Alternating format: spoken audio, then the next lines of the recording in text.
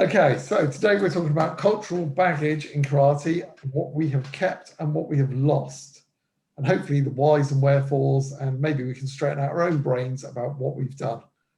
So we're going to start talking about bowing. Now, me, Bob, and Brian have all come from different backgrounds and have different amounts of cultural baggage as to bowing ceremonies or whatever as you came in or out of the dojo. So starting at the beginning, I suppose, coming in and out of a dojo, we will still bow. I believe, Brian, you said you do not do that anymore.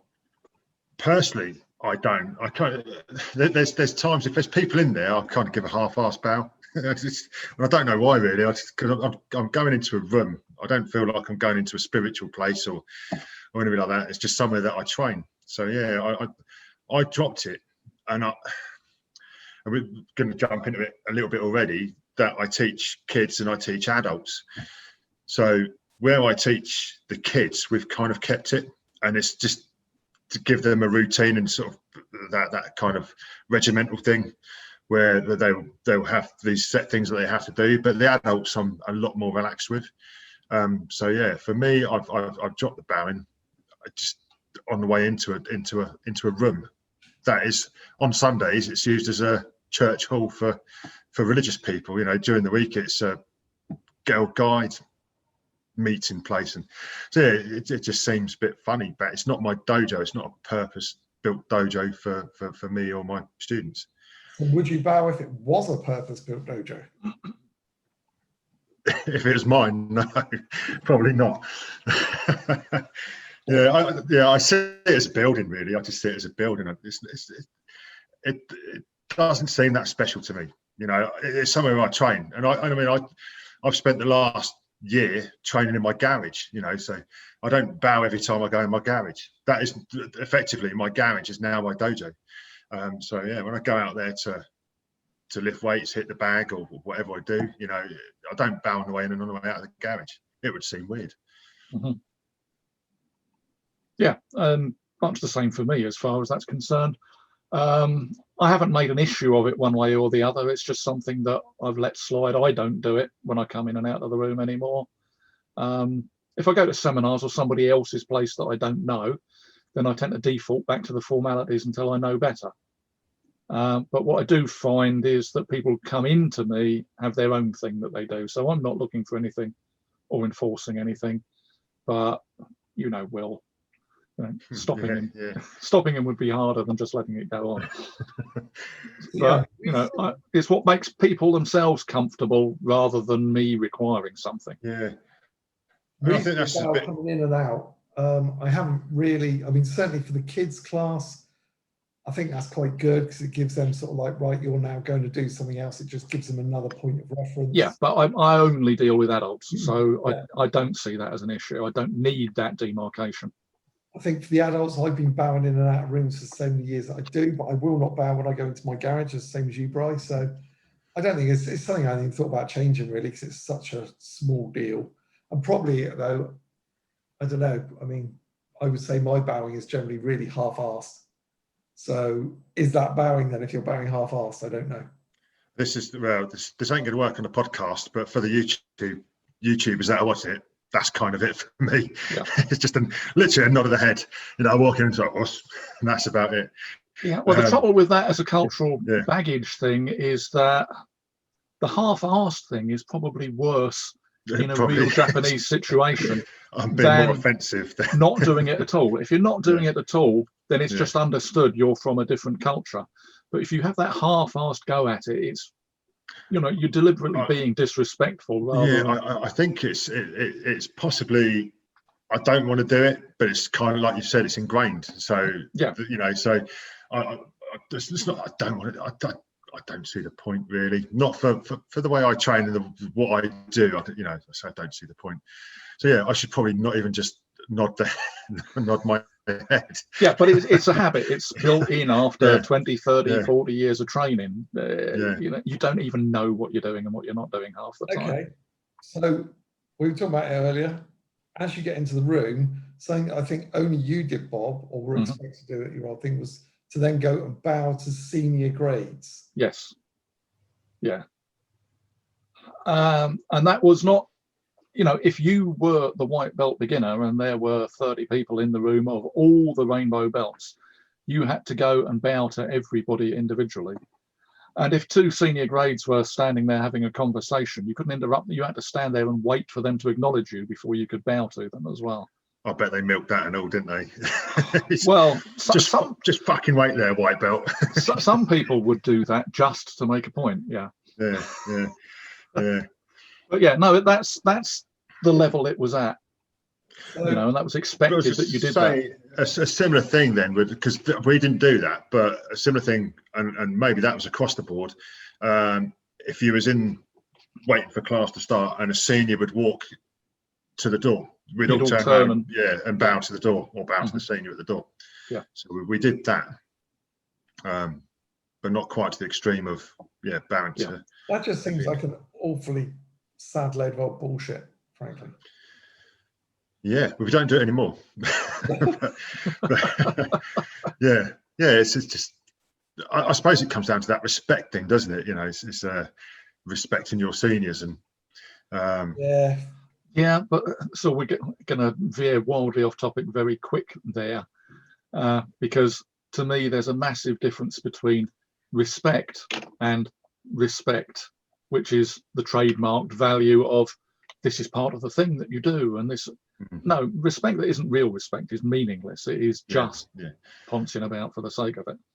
I would agree with that. And that, you're right. That's not really real respect, is it? You're just doing it. No, it's dogma. It's not anything to do with you individual. Yeah. So after that, then we used to, I'll come back to that, what we do, but there would be the kneeling ceremony or the Caesar at the start. You were talking, Bob, about bowing to the senior grades and stuff. So I mean, our one was you'd go in, everyone would kneel down, you'd bow to the sensei. If there was any other black belts, you'd bow to all of them in one, and then you'd all bow to everyone at the same time. Yeah. And then get on with it. Now we do something still like that with the kids. We'll still do the kneeling down and the bowing. With the adults, we do a standing bow and get on with it. And I think so. The reason I keep it for the kids but not the adults is that the kids are more likely to grow up, go somewhere else, and if they go and they've got a vague idea what karate is, then they won't just walk into a dojo and do something immediately wrong where some complete bell end of a sensei has a right go at them. They've got that they've got the cultural baggage which they may not need, but could be useful for them if they move clubs, go to university, all that sort of old crap. Whereas the adults are grown up enough to be able to fend for themselves. And I'll explain to them what we used to do, and I'll show them, because they'll usually come in while at the back end of the kids' class, and they'll see us doing a bow out and go, well, we don't do that. And you explain to them why. So keep it for the kids. Again, ritual, gets them sort of invested. That's the class starting. You can stop dicking around now. But for the adults, nah. No, well, I was exactly the same. I've had those conversations with my guys and demonstrated, well, this is what we used to do, this is how we did it, just so they're aware of these things, but it's not part of our ritual. Yeah, well, I don't do it for our juniors or our seniors. We would sort of bow at the start, just a standing bow.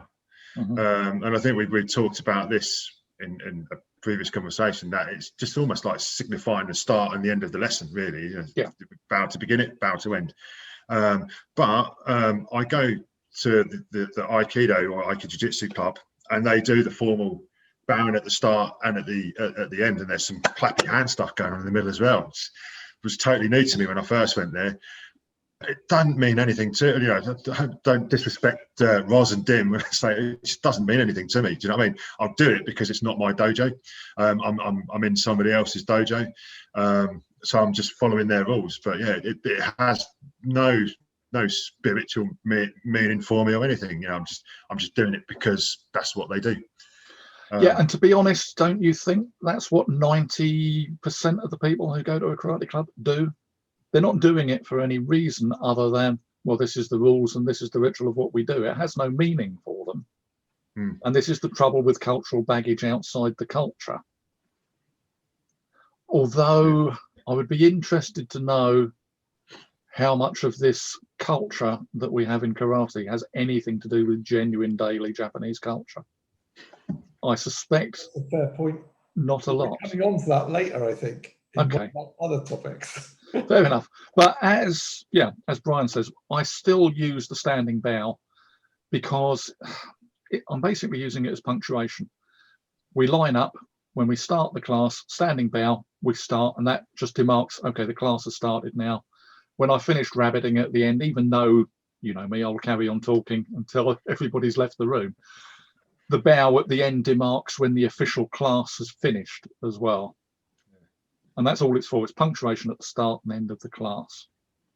So one of the good things I think about Seiza, and I'm trying desperately to remember who I read it from, but it was someone, I think they were teaching in Japan. I may be wrong. I wish I could remember. So what they would do, someone would bring a kid and go, can they come and train in your karate class? Mm-hmm. And they would say, well, have they got the concentration? And actually, no, every parent goes, yes, they'll be fine. Yeah, they're brilliant, yeah. And what he would do, he would make them kneel in Seiza for a minute without moving or causing any trouble. And if they could do that, he thought they'd have the concentration to do a karate class. Mm-hmm. So what I do in my gradings for the smaller ones, certainly, is part of their gradings, they have to do Seiza for a minute mm-hmm. without moving or fidgeting or picking a nose or scratching their bum and all the stuff I say to them to make them laugh. Then you get them in Seiza and then they do it for a minute. And if they move, I fail them. Mm-hmm. And all their mums have gone, oh, I brought little Johnny here because he's got ADHD and he can't sit still. And then you demonstrate you can when he wants something bad enough. They're like, oh my God. And they're all really excited. And I say, you know, and then I just make a joke of, you need to go home and practice this now and show your mum and dad you can sit there like for 20 minutes or something. And all the parents laugh and all the kids go off. But it's quite a good thing to show them that they can sit still and do nothing if they want to. Yeah. But you could equally just make them sit cross-legged, couldn't you? You could, but I actually cannot sit cross-legged in any way comfortably at all. Kids generally can, though, can't they? Body. Yeah, just you're old. It's just you're old. No, I never could, even when I was young. All right, okay. But that is a point with the Cesar, though. When you, apart from myself, if you take my average class, if I got anybody under 50, that's a real mixed session. You try and get a group of 50-plus-year-olds to sit in Cesar and then get back off the fucking floor again. Yeah, it's just, it's not going to happen. Moaning and groaning on the way down and lots of moaning and groaning on the way up. Not going to happen. And there's no elegance to it or ritual to it, you know. Well, that's the thing. I mean, you could sit cross-legged. It doesn't really matter what the position is, but just that position of sitting and doing that thing for some kids is actually quite good. Yeah, because they don't get quiet time in their lives at all anymore. No. You know, this is completely off topic, but since you brought it up, it's because it's something that was discussed recently. And it's this being bored. My life as a child was Sunday afternoons, sit in the living room. No, you can't go up to your bedroom and play. No, you can't have the telly on. You have to sit and be quiet. Your dad's having a nap. And I would have to sit there for an hour and a half, 2 hours, just being bored on the sofa, doing nothing, not making a noise, not saying anything. So it was a different way of life. And I don't think people have that now. Well, no, but, and that's the thing. I think every generation feels the same about that sort of thing. Mm-hmm. So I sort of look and go, God, the kids are always on their phone. I can't believe it's a real blah, blah, blah. And our parents probably looked at us and went, my God, they always want to look at the telly. Yeah. And before that, it was, and I saw something, and again, I can't remember where I saw it, and it was all about, someone had written down, oh, why can't people get out in the real world instead of bloody reading books all the time? And it came from when books started becoming a thing. And it was like, whereas now, kids reading a book, brilliant. Yes. Yeah. No, books, bloody rubbish. Do some real things. Yeah. So all I'm saying there, though, is that there are things that you build into a kid's karate class that are beneficial to the children and typically go on the list of things that are the marketing for the benefits of going to karate, which aren't really to do with the karate itself. The culture itself is harking back to a time that we seem to have lost. Yeah, potentially. So sometimes when you were sitting in stage or at the start and the end, and we never did this, I think you said, Bob, that your old dojo used to recite the Dojo Kun. Or the Karate Do. It was the short version. Oh, okay, I see, right. Yeah. Yeah. Now, the Dojo Kun would only happen if basically we had some guest in or a big instructor and there was somebody there who knew it. And when I say who knew it, who knew the Japanese pronunciation and cadence of it. I mean, again, though, I mean, so didn't the Cubs and the Scouts used to have a promise? A promise or something they had to Yeah. recite at the start. And so I sort of thought maybe that's more of a kids thing originally. I don't know in Japan. I suppose not, because in Japan originally it wasn't kids thing, was it? No, I don't. Well, this is the thing. I don't think it's so much an age-related thing, but if you look back at the Cubs, it was because it was a Christian organization.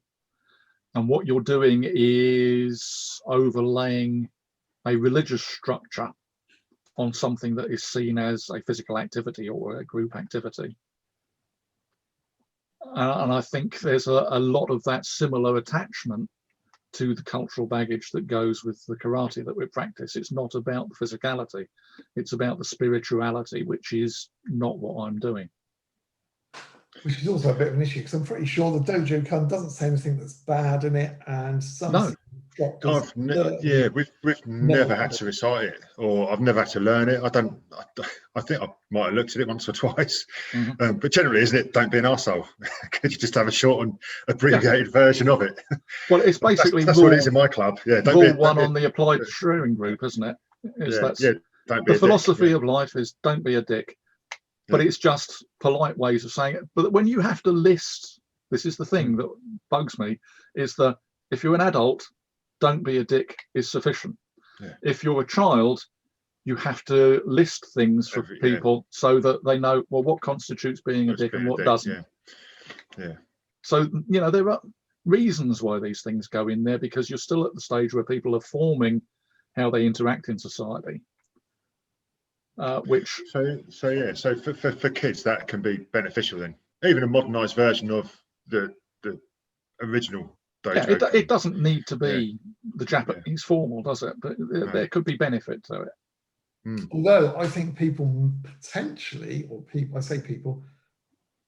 if it was introduced as, oh, this is the Japanese thing you do because you're doing the Japanese karate, people may be actually happier doing it than if you said, right, this is the version I'm doing. Yeah. Oh, yeah. Just because they don't understand the words. This is the thing. What we always had with about saying it in Japanese, I'm talking about using the actual translation of what it actually said. Yeah, no, that's fine. That's fine. But I just think people might buy into it because you go, oh yeah, this is what is always traditional. If you tell people that, people buy into stuff quite a lot. But it makes sense in the original concept, reciting it in Japanese in a Japanese situation. Yeah. People learning the Japanese words phonetically but not knowing what they're saying doesn't serve a purpose. Although we could have a lot of fun with it.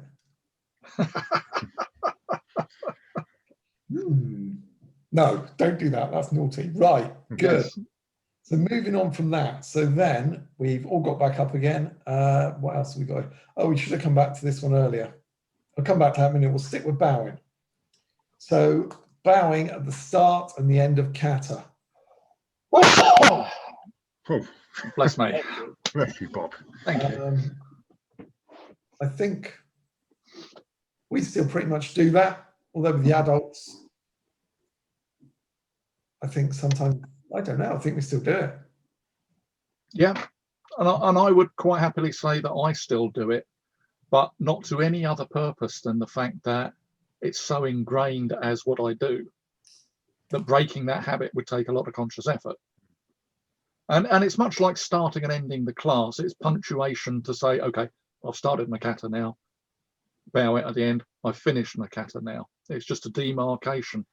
But that's trying to rationalize it rather than the fact I do it because it's a habit. Yeah, I'd agree. Do you still do it, Brian? I do, yeah. Similar reasons for what Bob's just said, really. Yeah, it's that ingrained. And I do that a bit more than half-assed. So, Yeah. like walking into the room, I'm kind of, all right, I'm here. Whereas at the start, I when agree, you're actually, kata, Yeah.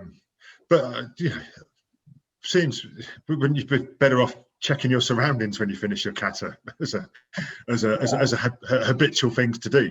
We can go off on a massive tangent now if you really want to. We can do, because I don't see that that's the purpose of the formal traditional kata. But if you say, oh yeah, you wouldn't bow in the street and you're doing defensive moves, and you go, yeah, but you can say that about literally anything in karate. And that's what I mean. Yeah, someone goes, oh, you would wear shoes in the street. Oh, you wouldn't wear a gi. You wouldn't do this. You wouldn't, like, none of it is the same as the street. No. Otherwise, we're just having a fight in the street. That's your training. You run out in the street, see the nearest person, lump the bastard, then you run off again, and that's it. And that would be your training. Otherwise, there's got to be differences. It's just fucking shit. Yeah, but people have got very enamored by the street these days. Did we touch a nerve there, Andy? Well, it's a massive tangent we're going off on, but this is one of my bugbears and has been over the last couple of years now. I can see it heading more and more that way. People are so focused on it's got to be defense, it's got to be relevant for the street. No, it fucking isn't. We're learning karate. We may teach with an emphasis on that. We may look at that side of it and we demark that as part of what we do.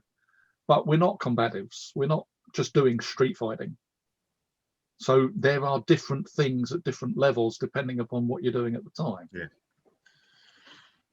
And people are so myopic that, oh no, you see them on the forums all the time. Well, no, if you that wouldn't work on the street, this wouldn't work on the street. You can't do so. Where's that relevant? Why doesn't somebody do that? Because somebody would have thrown a. It's not fucking relevant to what we're doing at the moment. That's it. You've got to. Sorry.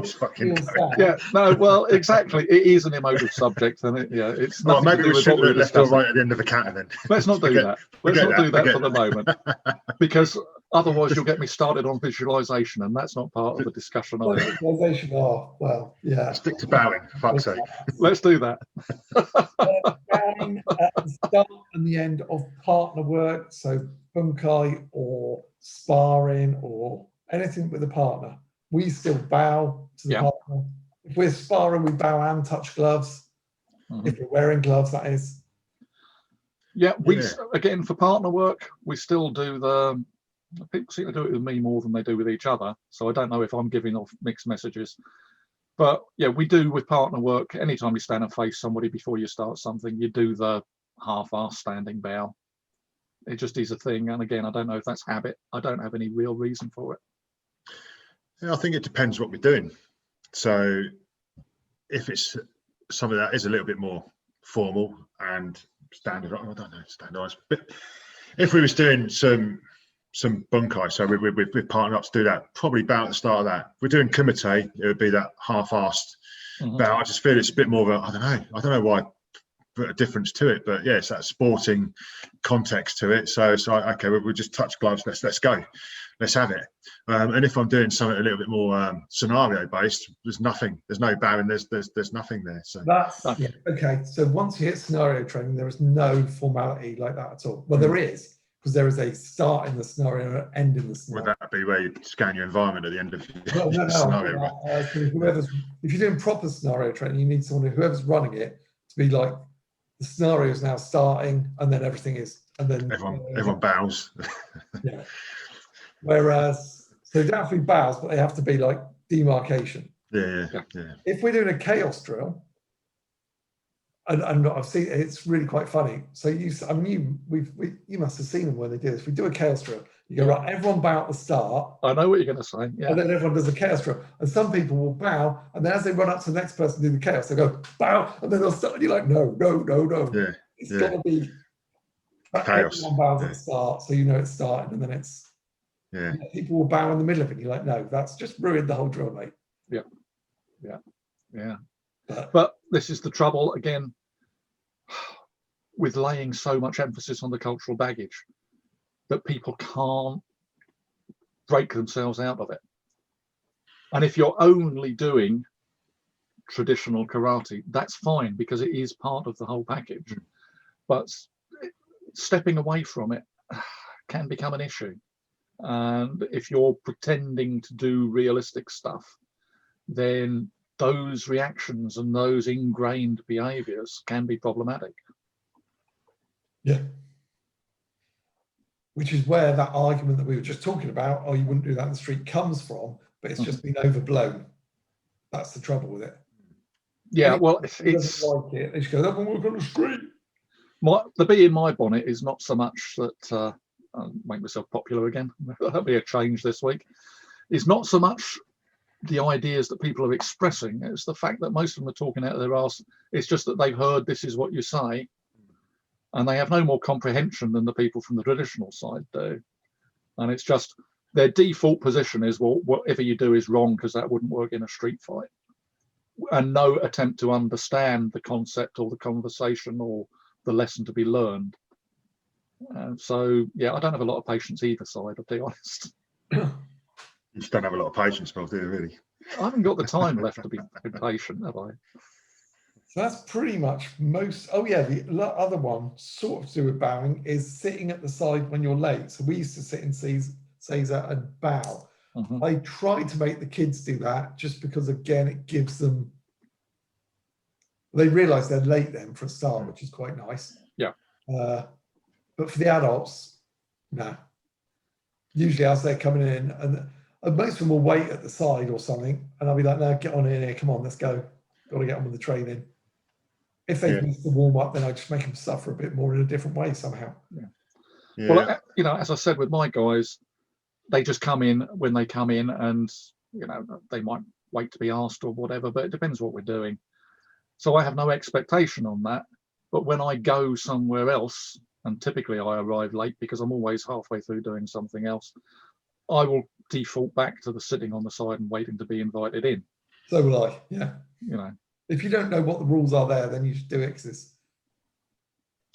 Yeah, I would do that if I was visiting somebody's dojo. And I think if it was, you know, early doors, you know, the first few times I was going to visit, you would do that. But I wouldn't make a habit of being late unless, you know, like I know I've got people that travel to my dojo. So Bob's one of them, you know. So what's it, 45-minute journey? Yeah, it is. It depends on the traffic and the time of day you're traveling. Well, that's the thing, that even if I'm not working at the time, if I left earlier, I would just sit in traffic for an extra half an hour to do that. And to be honest, again, at my stage and my health stage as well, me turning up to do 15 minutes of warm-ups and bouncing and the real aerobic stuff wouldn't be beneficial to me. So I'd just like to stay out of the way. Well, I used to go to a dojo occasionally, and I knew they would always do a 35-minute warm-up. So I'd always turn up about 20 minutes late because I thought, I'm not going there to do the fitness. I don't want to do the fitness. It's a long enough drive, bollocks to that. So I just turn up late and go, oh, I'll kneel at the side till they call me in. Do a 5-minute warm-up, I was fine. Well, one thing I was going to say about that is, I think as an instructor, you're going to be a bit of an arsehole if you leave somebody sitting there for 5 minutes or whatever. I've seen it happen, you know, just when you're late, you can fucking stay there till I invite you in. I kind of, you know, as soon as I see somebody walk through the door, they don't even get a chance to kneel down, you know, even if they wanted to. It's just like, yeah, come on, just join in. Yeah. You know, because I understand that, you know, people travel, people work, you know, people have other commitments, and, you know, they're coming to my club. You know, I like people to be on time. It's nice. I like to be fairly punctual myself, you know, in my job and in life. You know, I try my best to be on time for everything. Apart from these Zoom meetings, I tend to turn up like a minute late or something. But and this is from my house. But yeah, so you know, if I've got somebody making the effort to come and train with me, I don't want them sitting at the side for, like I've seen, in, you know, particularly going back when I first started training. Back in the 80s, you know, you'd see instructors would leave students at the side, and then they'd make them do fucking press-ups before they can join in. Yeah, we have that. Yeah, so yeah, I have been that arsehole in the past when I was running the kids class for my old association rather than when I was running my own kids class, and I did it for a specific reason. You know, they'd always been told, well, this is the formality. If you come in late, you sit and say, so wait to be invited to join. But I had a pair of kids who, for week upon week upon week, had become serial offenders. You know, they were always turning up and wandering in 2 or 3 minutes late, 4 minutes late, 5 minutes late, 6 minutes. So the last time they did it, it was, okay, no, kneel, sit. And we just went all the way through the warm-up. We did our 15, and they're still sitting there. And one of the mums in the class is sort of giving me that, yeah, I know they're still there. And basically they got fed up and left. All right. So I went out to have a chat with them while somebody else took on the warm-ups. But that was it, really. That was their last day. But they'd obviously lost interest. They were just pissing about. So I was the big bad. I said no at that point, and I made them do it. And that brought the situation to an end because they just didn't come back anymore. I think in that situation, though, you've kind of got a serial offender and you know they're not making the effort to even bother to be on time. Whereas in my situation, like I said, I know that you travel. And I know, you know, you have to deal with a busy motorway, which can have its problems. And like you said, if you leave earlier. So for you, although you are a serial offender, I take into account that you're traveling, you know, and the reasons why you were late. And then, but if I had somebody who was local who in that similar thing, you could tell they weren't interested. I might do that to sort of set an example as, okay, you're going to constantly be late. We need to nip this in the bud. Maybe I'd have a word instead, you know, just say that. Well, if you're dealing with grown-ups, the class starts at 7. You know, you're only fucking 5 minutes down the road. If you're dealing with grown-ups, you should be able to have a grown-up conversation. And this is where I have a lot of trouble with the cultural baggage, is that there's a tendency to treat everybody as if they were 6 years old. And I don't feel happy with that, dealing in an entirely adult market. Yeah, and I think some of that potentially comes from people who have never had any standing or any power over anyone, and they come up through the crisis and suddenly they've got power over a load of people, and they really probably shouldn't have. Because they're fucktards. But yeah. We could go on to that one in more detail at some point, probably. Yeah. But I'm going to bring up sweeping the floor or polishing the floor or sand the floor. Exactly. So sweeping the floor, I don't think. I'm trying to remember when I came up through training. You didn't usually do it unless you turned up really early. If I turn up early, I'll sweep. Well, I usually do turn up first. So I'll sweep the floor now in my own dojo because I'm the first one there. Frankly, I haven't got time to tit around, and it's not a purpose-built place. So there's been people in there with shoes and all sorts of craps all over the place. So I will sweep the floor. What is really nice, though, because I do the kids first before the adults, is that a lot of the time, some of the parents will turn up and they'll start helping out and they'll sweep the floor for me. They go, I'll do that if you want to get ready. And that's really quite nice. I've got some good parents like that. And even some of the kids have done it sometimes. So I don't make anyone do it. No. Well, again, going back historically, the association I came up through, sweeping the floor was the responsibility of the lowest grade there. That was your job. You were supposed to come in. The first thing you do after you've bowed to everybody is sweep all the floors for everybody. And you're dealing in mixed groups there when it's adults and kids all training together. So sometimes it's a good lesson for the kids to take a bit of responsibility. Sometimes the white belt in there is a 40-year-old businessman who's just come from his job at the bank. No, you're the lowest of the low. It's your job to sweep the floor. Again, I don't think the humility thing does any harm, but it's the enforcedness of it that's a problem. From my own point of view, and I used to do it when I ran my own club for the association, I've always done it myself in my own clubs. And even when I was teaching kids, I would do it myself. And certainly in my adult class, I get there first because I'm opening up. I've got the keys. Nobody can get in without me. So as long as I'm on time, there's nobody else there. It's my dojo. I sweep the fucking floor. But what happens now is that, well, we turn up, I might be moving kit in, I'm doing something else.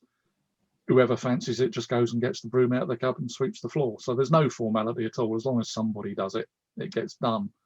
But this notion that it's somebody's job specifically, well, I feel if it's anybody's job, it's mine, because I'm the guy who's running the dojo. Yeah, and I do the same really.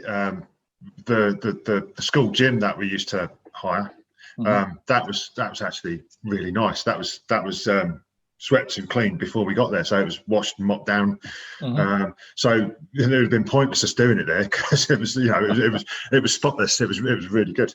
But I mean, we've got the luxury of mats now as well, so I have to get there early to put the mats down. And again, we do our clean them every few weeks, with disinfect them, and that's me. I think when they're my mats, I want to keep them in good condition, so I'm generally doing it. I've had other students who'll offer, they go, "Oh, do you want me to do that while you do this?" I say, "That's all right. If I'm not got anything else to do at the time, I'm quite happy to do it." I say, got no problem.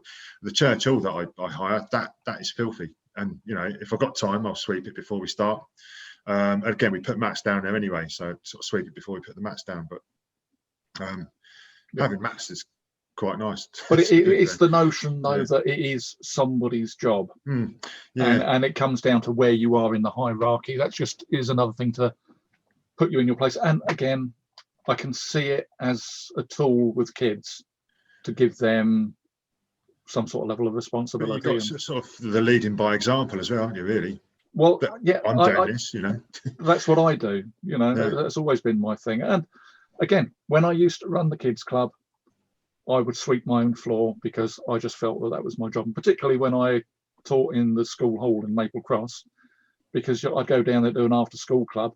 It's where they used to set the tables up and have their school dinners. So the floors, by the time I went in there at 3:30, 4:45, were in a parlour state. You wouldn't want to train on them. But again, what happens is if you do it yourself, then not all kids, there'll be some who will respond and others who won't. But as you say, it's oh, can I do that for you? And for them, it becomes, oh, yeah, okay, no, I'll let you. And you've let them do it. And they seem to quite like that. And then it becomes a thing about, oh, can I do it this week? Can I? Yeah. Rather than, no, you're the lowest of the low. This is your job. You've got to do that. Just to prove that you are. Definitely a sort of cultural thing. I mean, in Angry White Pajamas, he talks about that, doesn't he? Having to clean the dojo floor because they're the scum. So that's, but yeah, I would, well, I do clean it myself. So, moving on from that, then, what else have we got? We've got the excitement of the use of the word sensei, play tools in the dojo. Who wants to kick off? Well, again, okay, I'll do it, because I know what Brian will say, and I would have said exactly the same thing. I used to use it in context for the kids as a thing, just because, apart from the fact that it went with the culture of it, and I was more ingrained in the culture back in those days, they had to call me something. And you're trying to instill a level of, I hate to use the word respect, but it's one of those things that you don't want to be on first name with all the 5 and 6 year olds, first name terms that they can just interrupt you all the time, because it gets very casual then. You need, it's like herding cats, a kids class. You need to keep a level of distance, I think. So I'd use it for the kids classes. I don't use it intentionally for the adult classes that I run now. I'm not bothered. Bob is fine. That's all I am. And that's all I've ever cared to be. But depending on who comes in, some people insist on doing it. And if they're more comfortable with that than not, that's fine. I tend to get referred to it online occasionally, because again, I expect it's like, if you don't know the person, then you default to it. So people who don't know you, who are referring to you, tend to give you the title. And I'm not fussed about that. The people who self-apply it is a different story again. Culturally, that's wrong anyway. You should never refer. Yeah, I know. But this is the whole thing, is that we're applying cultural baggage to something, and a large proportion of the people applying the cultural baggage have no idea of what they're doing or what the culture is. So they just sort of fuck it up all the time, to be fair. I'm trying to think of a polite way of putting it, but there isn't a polite way of putting it. They're just fucking idiots. And self-important fucking idiots as well, most of the time. Yeah. So yeah, Bob's already said it there. There you go. Was that a step too far, perhaps? No, but I'm the same. Funny enough, the Aikido club that I go to, they do all the formal bowing at the beginning, and it's say very sort of Japanesey, whereas we're first name terms to the instructors. And I found that a bit weird because I thought, well, they seem very traditional and want to follow the culture. But then, I'll say, oh, Dim, can you help us with this? Or Roz. Sometimes I call her Sensei just because I think, oh, maybe she wants to be called Sensei. I don't know. So then there's that misunderstanding. You just don't know. But they never complain about, first names, and everybody else does it. So it's not that I'm doing it and being disrespectful. Well, that's the thing, is if you fit into the culture that you're in, don't you? Yeah. But certainly for me, yeah, with the seniors, I just kind of feel we're all grown ups. You know what I mean? I don't feel any more important than anybody else in the club. And Oh, I do. but So, I mean, yeah, again, with us kids, generally we try and make the kids do it because that's just for the kids. Although you get called sir or miss, I mean, obviously, Yeah. What their teachers look like. You can't make those assumptions these days, Andy, just because you've got a beard. No, that is true. So yeah, I mean, you get called all sorts of things, but generally you don't want the first name terms with the kids. With the adults, don't really care. Mm-hmm. But you get people who have been at other clubs who just automatically call you Sensei, and just like you said, Bob, I don't really care. If they're comfortable, we're all grown ups. It's chill. Yeah. Well, that's the thing. It would be equally pompous to try and make an issue of it the other way. Yeah. Saying, oh, no, you mustn't call me that. You must call me by my first. So where's the difference there? I'm still imposing a behaviour on somebody who's a grown-up who doesn't need it imposed on them. You do get some horrified looks sometimes from visitors when someone's calling you Andy or wanker. Yeah. I can't. That's another one we should probably actually discuss, is swearing in the dojo, because traditionally, I'm doing the rabbit ears there for the podcast. Yeah.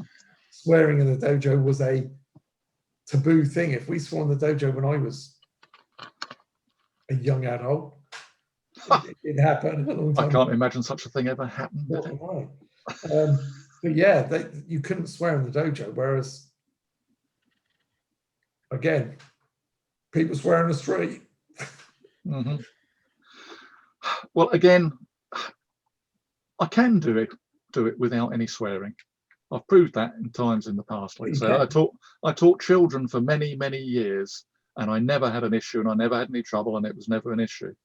But in a grown-up circumstance where I'm teaching adults, and I wouldn't say there's a lot of swearing in my dojo from anybody other than me, just because that's my normal conversational tone. So, I can explain a subject, I can explain a topic, I can do something. But if we start talking about more general things, then I'll drop back into the vernacular, because that's just what I do in conversation. But there are times also when, depending on what you're doing, it's called for. Yeah. You need, it's part of the conditioning and part of what you're doing. But if you're only doing, and again, we'll do the whole inverted commas bunny ear thing for the term traditional. If you're only doing the traditional thing, then there's no place for it necessarily. Yeah. Yeah, so that's in the context of what you're doing, isn't it? Yeah. Really. Yeah. So that was an easy one. Whoa, excellent. I don't know whether swearing is as a cultural thing. I don't know if they swear massively in Japan anyway. I mean, in society, they're generally quite polite to each other, aren't they? Well, that's the thing. I don't know. This is an assumption we make looking from a distance, and I've had no direct cultural reference for that. I've had dealings with Japanese on the business side, and I've had business meetings with people and met on formal occasions. But I've never worked there, I've never lived there, and I do not know anything about daily Japanese life.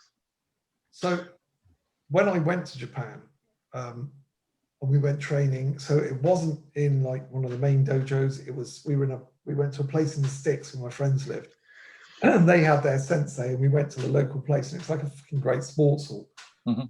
And it was like, okay, so the kids are doing karate, and we're sitting and watching, and there's younger kids who people have brought, and they're just wandering about generally at what parts of the hall. Mhm. And then the adults class comes up and we're like, right, we're all lining up and that. And there's kids just running around screaming all over the fucking place. Mhm. And I was like, this is way more lax than anything I ever saw in the West. Yeah. Now, I don't know if that was typical because that was the only dojo we visited while we were in Japan. I didn't do the, I'm on holiday in Japan, I'm going to train everywhere every day. I actually went and saw some cultural things and, you know, into touristy things. And yeah, it was weird because it was so laid back. It was insane. It's funny when you started that. You said when I went to Japan, I thought you was going to go not the birthplace of karate. I haven't been to Okinawa, the birthplace of karate, or at least somewhere it passed through on its way from some magic place in China. Well, we all know it can Genghis Khan, really, don't we? As played by John Wayne. But it's interesting. Yeah. I was going to jump back to what Andy said, that you thought it was way more relaxed than you'd imagine it be, and the way we train in the West, you know. And I think there is an issue that we do try and we overdo it. I reckon that's what I think. You know, sort of, I think we try too hard. Yeah, again, my feeling. Well, I don't. No, well, I don't think any of us do. But my feeling is, and you see it a lot, is that it becomes the big part of what you do. This is the karate experience, and that mock culture, the Western version of Japanese culture, becomes the most important thing. And a lot of the training is just going through the motions. The training is ancillary to what you're going there for. You're not really going there for the physicality and what you're doing. Or you're getting some exercise and you're going through your grades and getting your belts.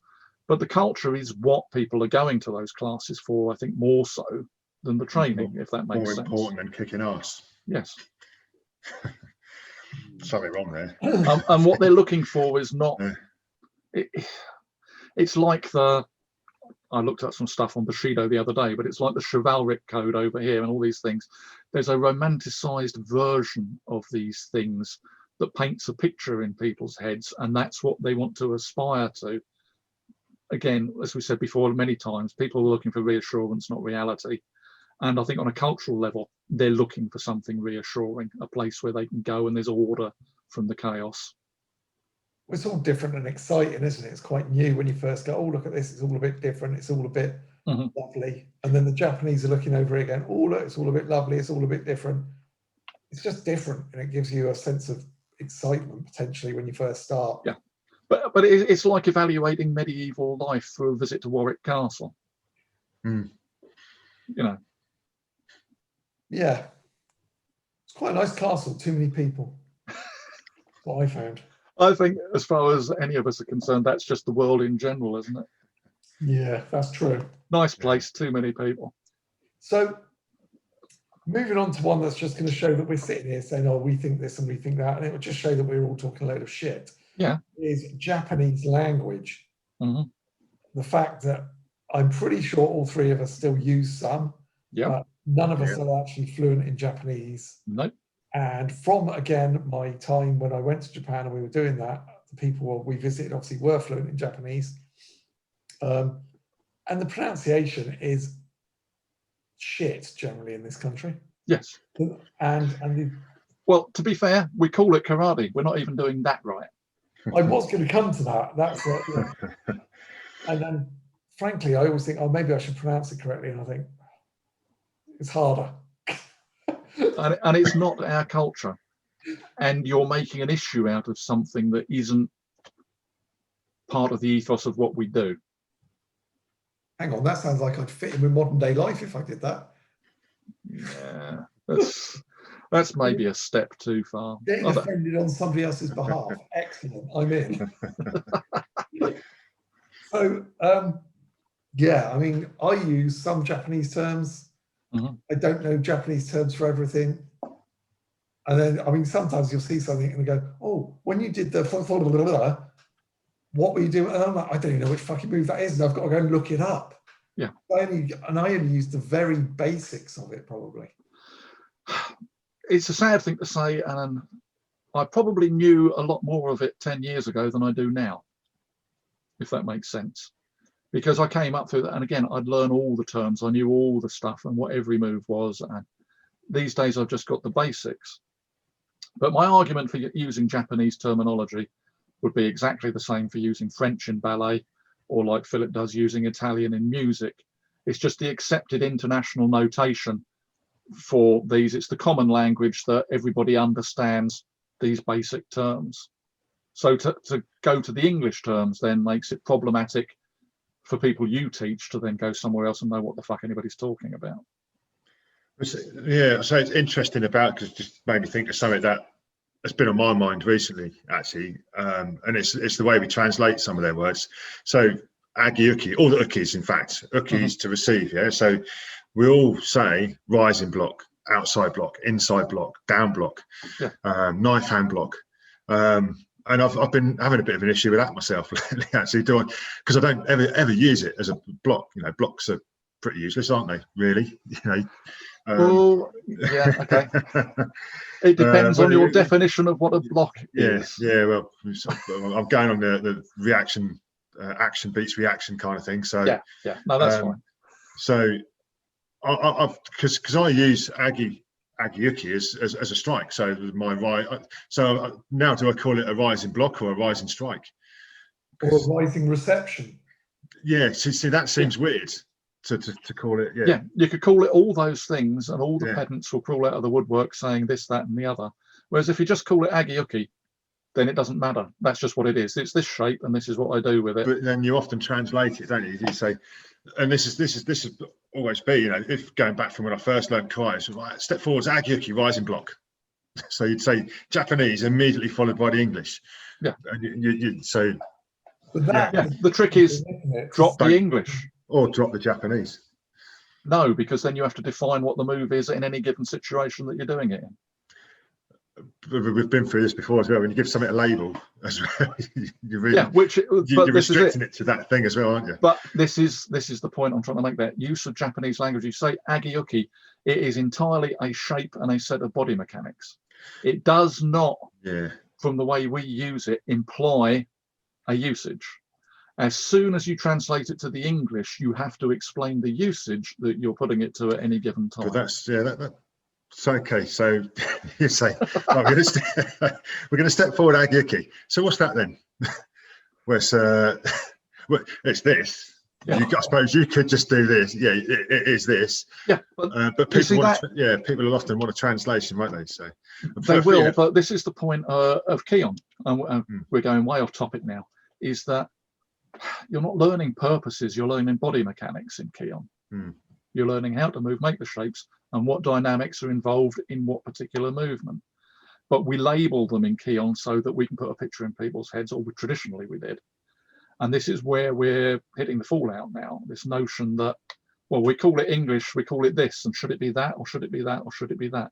No, the terminology that we're using from Japanese should just be the descriptive words for that set of body mechanics, and it shouldn't carry the baggage of usage with it. It may have done originally in the Japanese. All I'm saying is the way we use it, it should purely be about describing that set of body mechanics and the shape. But how far does that go? So let's think, I don't know, teaching throwing. Each throw's got a name. I can never remember them all, to be honest. And is that throw then teaching the body mechanics of that, or is it, I don't know, is that teaching a particular throw, which is actually, and that's where it starts getting messy, I think. It does, because you're then talking about compound movements as opposed to single movements. And this is, we're sort of moving on to the physical training aspect. It's the same with combinations of movements. You know, if you put agi-uki, yakuzuki together, or like the traditional, it's a block and a counter. But no, those two movements can be fitted together to use for a lot of things. But if you had a specific thing that those two movements went through, then they would end up with a third label. And this is what you got with a throw. A throw is a word for a set of compound movements, so it's a specific term. Does that make sense? I'm trying to overcomplicate something. Perhaps. That's what I'm just trying to get my head around, whether it is or it isn't. I mean, so another thing, there's movements in kata that I don't know the names of because I frankly don't know the names of them. No. And then you go, so how should, if I'm going to use some Japanese terms, should I know the terms for those movements really? And that's where I sort of think, yeah, whatever I say on this, I'm a bit of a hypocrite because I know the ones I know and I don't know the ones I don't know. Yeah. But frankly, well, I mean, I know one of my students, he does Aikido. One of his things in his Aikido syllabus is they have to understand all the Japanese. So he has like 40 odd moves for first dan, and then he has to know the reverse them, and he has to know it all in Japanese. And it's basically sometimes just swapping the same two words around. Mm-hmm. And I'm like, I'd love to go and do some of that with him, but I frankly cannot be asked to learn the terms. It was part of the structure I came up through, and you would test it all the time on your kata. And certainly once you got to black belt and beyond, you could be stopped anywhere in your kata, no matter what you're doing, and you had to be able to say what you were doing at that time. So you had to know the Japanese terminology of every move as it was written in the book for every stage of the kata. Didn't have to know what it was for, just what it was called. No, you had to know what it was called. There was never any requirement to know what something was for. Although I did get tested on some applications for my Shodan for Techie, strangely enough. But I just made some shit up at the time because you could use it for this, and it's what I understood at the time. But no, it wasn't a requirement. So nothing's changed there, though, Bob. No, I still just make some shit up, and I still don't know what I'm talking about. But no, I was required to know all the names of every move in the kata. But the labels I use now are the ones that are relevant to what I do, and the others I've dropped, and I will describe those in English, because typically, if they don't come under the heading of classic Kion, the only place you see those moves are in the kata. And I'm either doing the kata, so I'm making the shapes, or I'm teaching a function, and then if I'm teaching a function, I'm teaching a concept, and I have to explain it in English. So yeah, knowing what that shape means is pointless. And it comes back to earlier, if you've done some of the basic Japanese stuff and some of the basic stuff, that if they go somewhere else, they will recognize it. Yeah. And whilst that's probably not the biggest thing on my agenda, of if they go somewhere else, then that's fine. But well, it would be if it wasn't for the loyalty issues involved in that, which is part of the cultural baggage, which we completely skipped over. Well, we haven't got to that yet, have we? Yeah, but I mean, You've got about a minute, though, I think, have you, Andy? Any of the kids I've had who've gone to university, I usually say to them, go and do judo. Don't do karate, because you'll go there and you'll go, 99 times out of 100, it seems, they'll come back and they'll go, I went to the karate club. And I'm like, what was that all about? I said, we didn't hit anything for a whole lesson. And I'm like, yeah, I told you that's going to happen. They went, we didn't do any bunkai. I told you that. And it's nothing like they imagine. And they generally don't want to do it because it's different. Yeah. And on that note, I've got to go, yes. You've got to go. So we'll pick this up at another stage, because I think we've probably ended up with as many questions for more discussion than we have with answers to the things we were covering. So I like that. Good. We'll revisit it then. Right. Cool. Off you go. Merry Christmas and bollocks. And you. See you later. Piss off. We didn't bow out or anything. No, us.